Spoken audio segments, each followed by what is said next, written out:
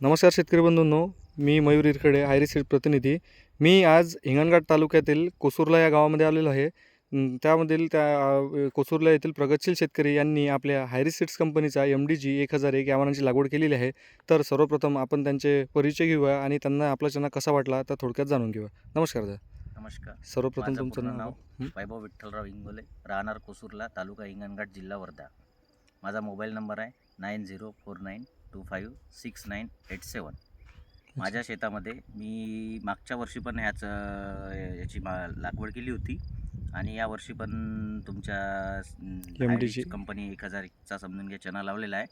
आणि माझ्या शेतामध्ये बाकीच्यांच्या शेतापेक्षा मररोगीचं प्रमाण थोडं फार म्हणजे कमीच प्रमाणात होतं, नव्हत्यासारखं.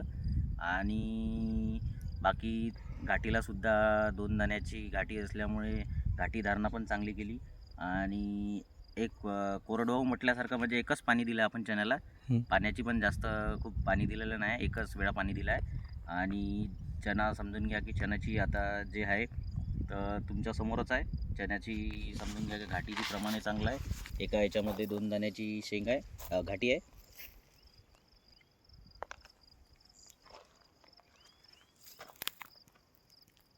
आणि हार्वेस्टिंगसाठी काढण्यासाठी सुद्धा याची उंचीसुद्धा चांगली वाढलेली आहे. हा आपला हार्वेस्टिंगसाठी हार्वेस्टिंगसाठी पण आपण याची करू शकतो, हार्वेस्टिंग सुद्धा करू शकतो. कारण कसं आहे याची खाली जे जागा आहे जवळपास नाही काय तर 1 इंचानंतर समजून घ्या का याची हे झाली आहे, जवळपास कमरीच्या जवळपास हा चणा आला आहे. त्याच्यामुळे आपण हार्वेस्टिंगने सुद्धा काढली तरी काही याला प्रॉब्लेम हरकत नाही आहे. हरकत नाही. चणा आपण पाहू शकतो. हो.